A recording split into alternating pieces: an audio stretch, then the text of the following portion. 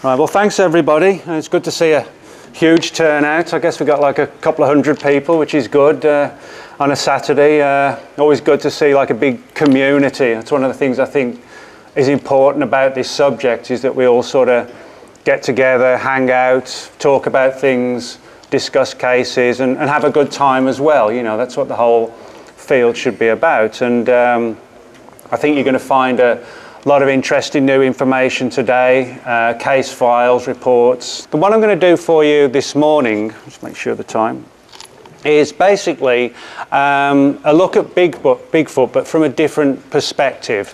Now, I guess the one thing we can say for sure when it comes to Bigfoot is that the creatures are extremely elusive, you know, almost sort of beyond elusive. We can go in the woods and look for them. We get tree knocks, vocalizations, things like that, photographs, but they remain extremely elusive. And the big question is, well, how do they do that? How do they achieve it? Well, to give you sort of like an alternative approach to the subject today, what I'm going to be talking about is from the perspective of not just looking for Bigfoot in the woods, in the forests, on the mountains, but should we actually be looking underground for these creatures? And although it's not an area that gets a great deal of coverage, there are a significant number of reports that do push at least aspects of the mystery down that particular pathway. The idea that some of these creatures could be at least subterranean. Now, of course, this is very much dependent upon the terrain of the area in which they're seen. Certainly a lot of mountain ranges, you know, have tunnels, caverns, things like that. The big question, of course, is if they are living and hiding out in caves and caverns, then how is it that we haven't found them or caught them? Well, it might be something along the lines of when people talk about how do these creatures feed. In other words, they migrate. There's a lot of evidence where people have talked about these creatures migrating from one place to another to follow the available food as the weather changes and the climate changes and the seasons change. So it may be something similar to that as well, that with the underground angle, that these are sort of temporary hideouts that they use as they're sort of traversing the country. And what's interesting is we don't just find reports of Bigfoot type creatures in the United States that reportedly live underground. We find them all over the planet in relation to the Russian equivalent like the Almasty, and even some of the orang pendek reports from Sumatra, which orang pendek is like this small ape-like creature. So there could be sort of almost like a tendency for these creatures to gravitate, if you like, towards underground areas. And of course, it would not only offer them shelter, it would also offer them a great deal of camouflage as well from people like us that are looking for them. So I think in many respects it's an area that really is underappreciated. I mean, if you look at some of the vast cave systems across the entire planet, you know, there's just literally thousands of miles. I'm not exaggerating. And any creatures that got to know these tunnel systems very well could actually really use them to their advantage. So that's sort of the background. And what I want to do for you today is talk about a few cases that, rather than go over old ground, talk about some that you may not know anything about at all. Some reports from Puerto Rico, which is a place, as I said, primarily associated with the chupacabra, but I've got a lot of reports of Bigfoot type creatures and strange ape-like animals from there as well. Right, does Bigfoot live underground? As I said, I don't think it's a case that these creatures permanently live underground, but I do think there's sufficient evidence to demonstrate that they utilize caves, caverns, underground dwellings, that kind of thing. And the next one, please, Monica. Okay, that's obviously the famous print of Bigfoot. The next one. Okay. Now, this sort of brings us to, as I said, things that you may not know a great deal about. Namely Bigfoot type reports from Puerto Rico. Now, as I'll mention or explain in the next lecture, I've been on a lot of expeditions to Puerto Rico looking for the original chupacabra. A lot of people don't realize that the island of Puerto Rico has a lot of reports of other strange creatures as well. There have been some reports of giant lizards, kind of like monitor lizards, sort of about 10 to 12 feet long. Now, there certainly shouldn't be anything, as far as we know, like that living on Puerto Rico, but people do report it. And we also get reports of giant bat-like creatures from Puerto Rico. But the one that really sort of surprised me was the Bigfoot type reports. Now, when it comes to Bigfoots in Puerto Rico, it's a very controversial subject. The first time I went to Puerto Rico was in 2004, and the most recent time was about a year ago to do a recent show that's just aired on the Travel Channel called Mysteries at the National Parks. And we did the filming at the El Yunque rainforest in Puerto Rico, which is where a lot of the chupacabra encounters occur. But what really sort of, not so surprised me, because I'd heard these stories of Puerto Rican Bigfoot going back to 2004, but what intrigued me was that on the 2013 visit with the Travel Channel, there was another guy on the shoot who had done a lot of research into Bigfoot type activity on Puerto Rico. Now, the first time when I went to Puerto Rico in 2004, that's when that picture was taken. That's a large cave on the island of Puerto Rico. And a lot of people don't realize that Puerto Rico just has massive cave and caverns all across the island. Many of them are home to literally millions of bats. The bat population on Puerto Rico is gigantic, and so they live in these caves. Now that particular cave is probably about 80 feet high. It's a huge cave, and it extends where there's little offshoots which start off about 8 feet high and then slowly, progressively get down to about 2 or 3 feet high. So we have a lot of caves like this one on Puerto Rico, all across the island, all across the El Yunque rainforest, and even by the admission of the local government, many of these caves have never actually been explored, which kind of sounds incredible today in the 21st century, that you could actually have caves on, you know, a well-populated place like Puerto Rico, which have never ever been explored at all. And some of the caves are actually closed off to the general public, not for any sort of suspicious reasons beyond the fact that they've been sort of deemed as very dangerous. And even those caves have never really been explored, even by, you know, people that the government have brought in to assess the safety levels. They've just essentially said, well, it's too dangerous, you know, and too precarious, so we'll just basically not allow people into them. So, in other words, we're dealing with an environment which is still very mysterious and underexplored. And as I said, you know, you don't really find that in too many places in the world today, but we do get that on Puerto Rico. And it's interesting that in the direct vicinity of caves like this one, we get a lot of Bigfoot reports. Now, the Puerto Rican Bigfoot is kind of slightly different to the US one. I've never come across any reports in Puerto Rico of sort of the huge 7 to 8 foot tall type Bigfoot that we hear from the Pacific Northwest. It's predominantly the smaller ones, like similar to the skunk ape in Florida, or in some cases even smaller than that, sort of like 5 feet tall. Oh, cool, thanks. Sort of 5 feet tall, skinny, very fast and agile. And there are also a lot of reports of what you would call anomalous apes and mysterious monkeys and things like this on the island as well.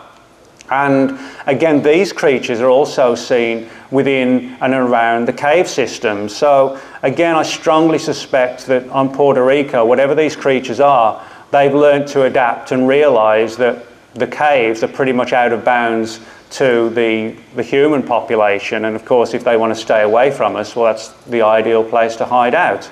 Now, as far as the issue of sort of anomalous apes on the island's concerned, there actually is a little island just off the coast of Puerto Rico, which it's called the Puerto Rican Primate Center, and they do, the Caribbean Primate Center, and they do a lot of research, medical research into monkeys, chimpanzees, and primarily the rhesus monkey, the rhesus macaque as it's called.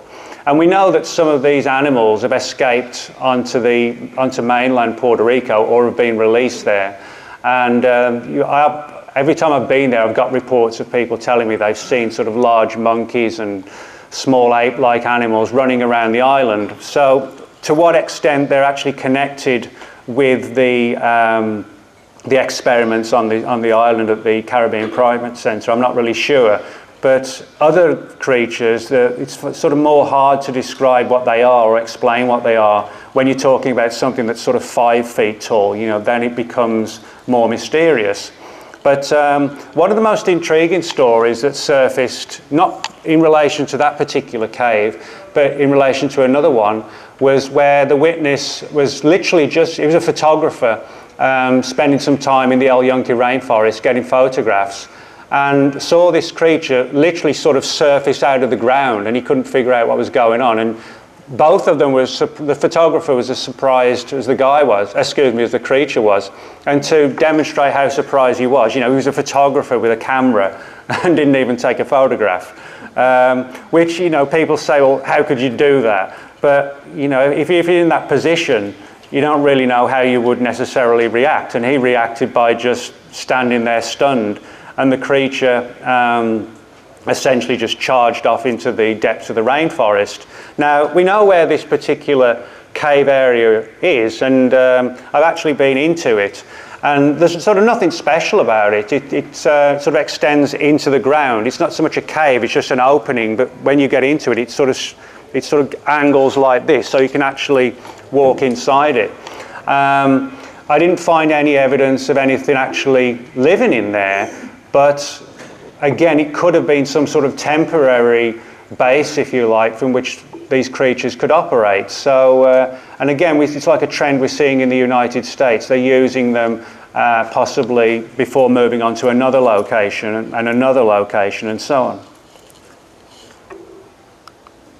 That's a friend of mine, John Downs, who I went to Puerto Rico with. That's John taking a break in the cave. And John has also looked into a lot of these reports of creatures living underground, predominantly Bigfoot and things like that. And he's found a number of reports from the UK, not from the present day, but going back 5, 6, 7 centuries, when there were a lot of reports of so-called wild men in the UK.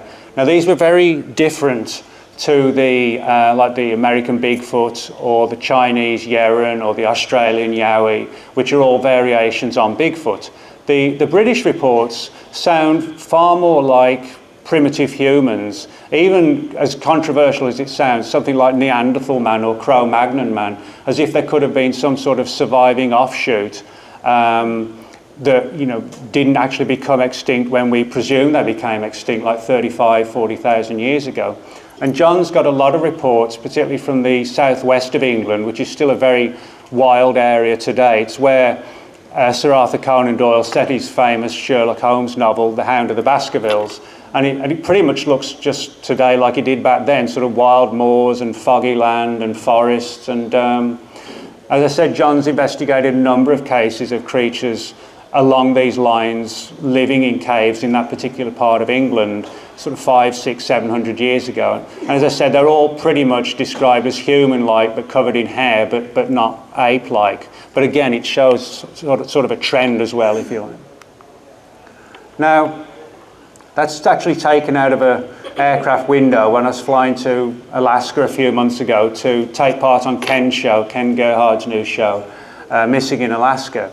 And over the years, I've investigated and got reports of Alaskan Bigfoot-type creatures, again, living underground and living in caves.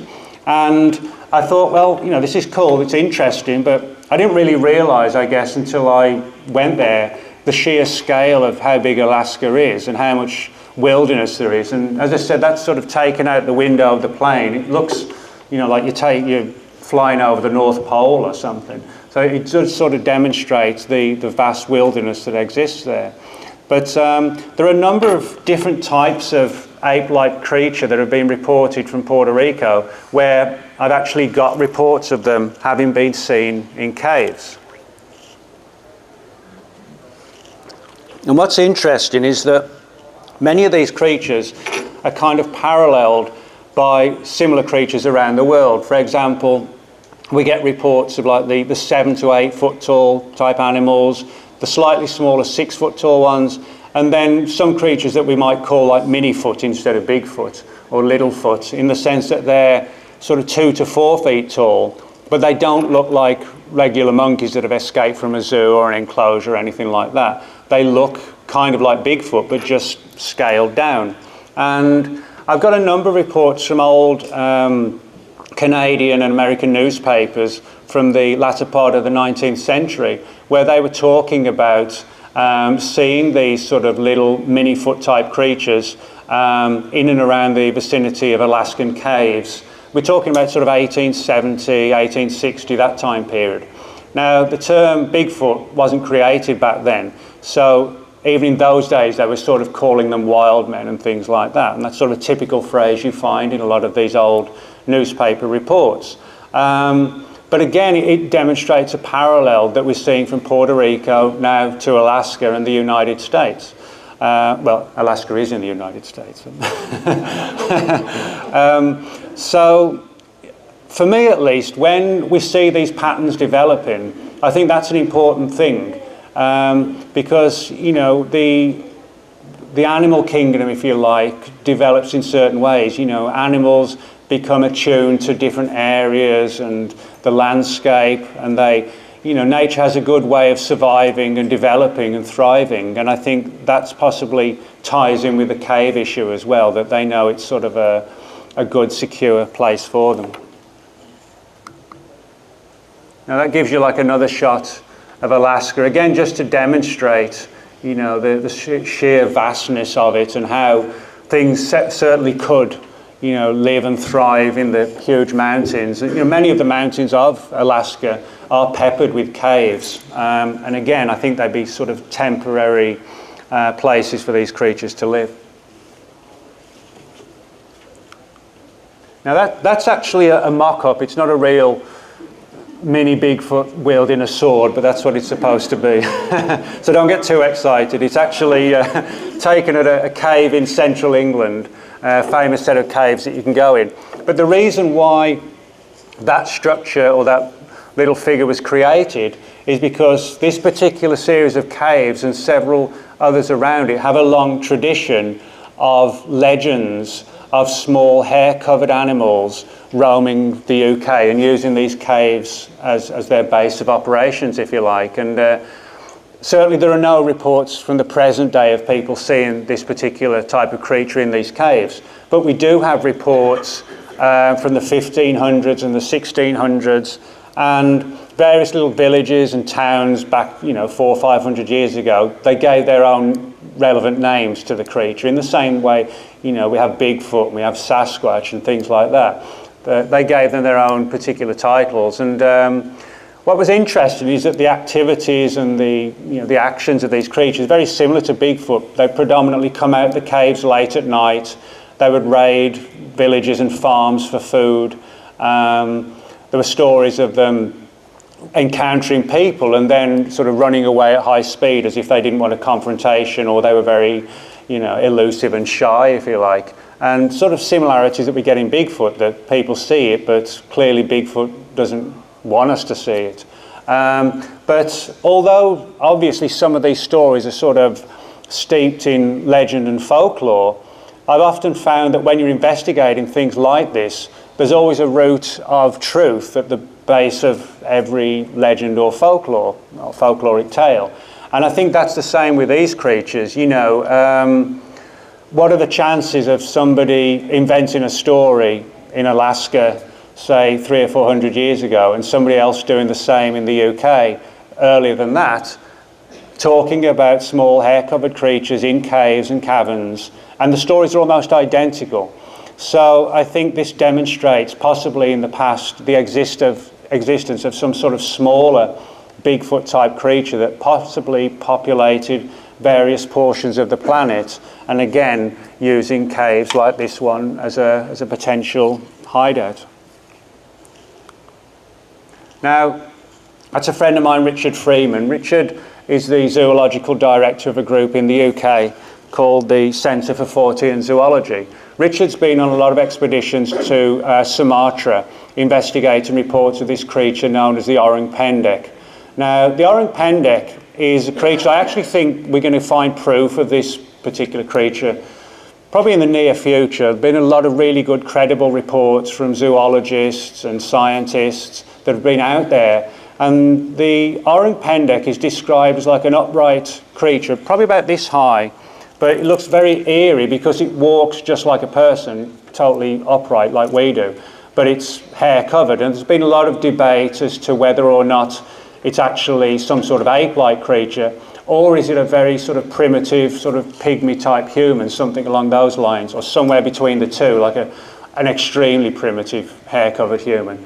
And again, Richard has found a number of folkloric stories within the native tribes about the orang pendek, specifically living in caves, and stories about how the tribes people tried to smoke them out. They build bonfires at the edges of the caves. They try and smoke them out because apparently the orang pendek would sort of raid food supplies in the middle of the night, and and they were also apparently using spears and tools. So that suggests a fair degree of intelligence. So we've just got a couple more minutes. So what I'd sort of like to say, just rounding up, is that there's no doubt that there's a real Bigfoot phenomenon all around the world. As I said, we've got the Yeren in China, the Yowie in Australia, the Almasty in Russia, and Bigfoots in the United States. South America has their equivalents.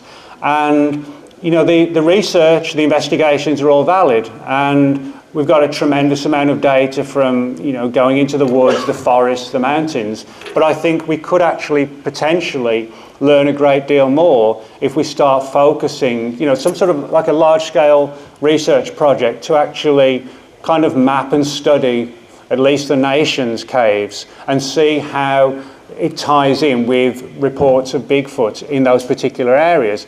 And we might surprise ourselves by finding out exactly how many parallels there are between caves, caverns, and Bigfoot sightings. So I think it's an area that's sort of ripe for further research in the future. Thanks a lot.